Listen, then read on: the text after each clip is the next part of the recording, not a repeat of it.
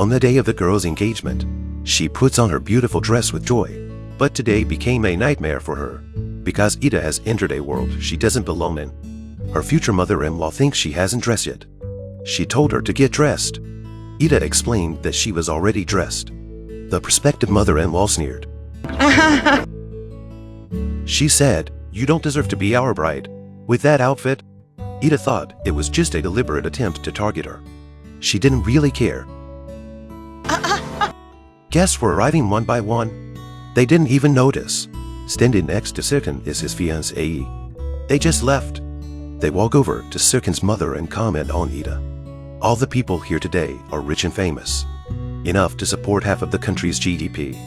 They're talking about either IPOs or financing. Ida realizes she doesn't fit in. She was curious and asked the lady how to do it when speaking. Only the mouth and eyes are moving, while the rest of the body remained in a stable position. This comment made the situation even more awkward. The lady said her family was in the steel and finance business. Asked Ida what kind of business her family was in. At this point, Ida no longer has the courage she had earlier. Just when she was hesitating, the kind assistant rushed over to help him out. Tarifinizi de hazırladık. Onayınız gerekiyor. Luckily, Ida had her girlfriends. They were the only ones who thought Ida was super pretty today. They told Ida to stay with them, but she didn't want to give up. She plucked up the courage. And once again, she enters the world that has taken her breath away. Serkan's colleagues are talking about how they met each other. They talk about the schools they graduated from. They all came from globally recognized universities. The worst of them had graduate degrees.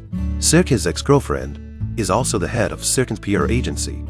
She asked Ida about her education on the pretext of writing a press release. Serkan came to the rescue.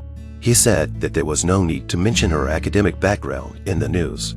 But Ida couldn't take it anymore. She said that since you like to label people, so my label is a flower shop worker. That's all. Ida could put up with anything. But her education was a pain in her heart that wouldn't go away. She couldn't choose her family background, but she also had her own pursuit and dream. When she worked hard to get a scholarship to study abroad, everything was ruined. Obviously she was a victim, but now it became a point of ridicule for others. Serkan didn't say anything. He just listened to her quietly. Ida said that perhaps she was too eager to get a degree. That's why she cared so much. But Serkan said that people live for desire. You didn't do anything wrong. After that, he took out a necklace. Ida thought the necklace was too expensive for her. Serkan did a magic trick. Then he made her turn around. Then he gently lifted her hair. He helped her to put on the necklace. If the necklace only represents money, then this little trick, it represents Serkan's wisdom and mind. Ida wouldn't have resisted such an approach. He thought that things were going to go well, but then there was an accident. Serkan had wanted to use the engagement ceremony to win the cooperation with the client again. The whole company stayed up all night preparing for it. The client liked their proposal, but the land had already been bought by Serkan's rival. He stormed out of the room in anger. Ida was afraid of Serkan's impulsiveness and pulled him in and invited him to dance. But Serkan was angry. So in front of everyone, he left Ida behind. He makes a fool of her. Ida was dumbfounded and stayed where she was. Everyone's eyes were stabbing her in the face like a pinpoint. Serkan also quickly realized his mistake. He sincerely apologized to Ida. Ida was so angry that she scolded him. Serkan quietly watched the girl vent her emotions. In the evening, Serkan asked Ida to dance.